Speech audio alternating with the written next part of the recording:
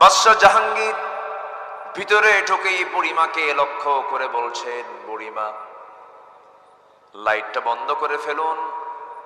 মনে হয় সেই জঘন্য পাপী লোকটা ঘরের মধ্যে ঢুকে পড়েছে, লাইটটা বন্ধ করে ফেলুন। বন্ধ করে ফেলা হলো। বাদশাহ জাহাঙ্গীর করলেন কি, কোষবদ্ধ তরবারি কোষমুক্ত করলেন, চক্ষু বন্ধ করে নিজের সন্তান মনে করে গর্দান বরাবর আঘাত হাঁকায়া দিলেন। তরবারি চালায়া দিলেন গর্দান বরাবর। মস্তক ছিটকে পড়ে গেল, ধর একদিকে, ওইদিকে শের একদিকে পড়ে থাকলো। কিছুক্ষণ পর বলা হলো, বুড়িমা ঘরের বাতিটা জ্বালায়া দেন। ঘরের বাতি জ্বালায়া দেওয়া হলো। ঘরের বাতি যখন জ্বলে উঠল, নিহত ব্যক্তির চেহারার দিকে তাকালেন।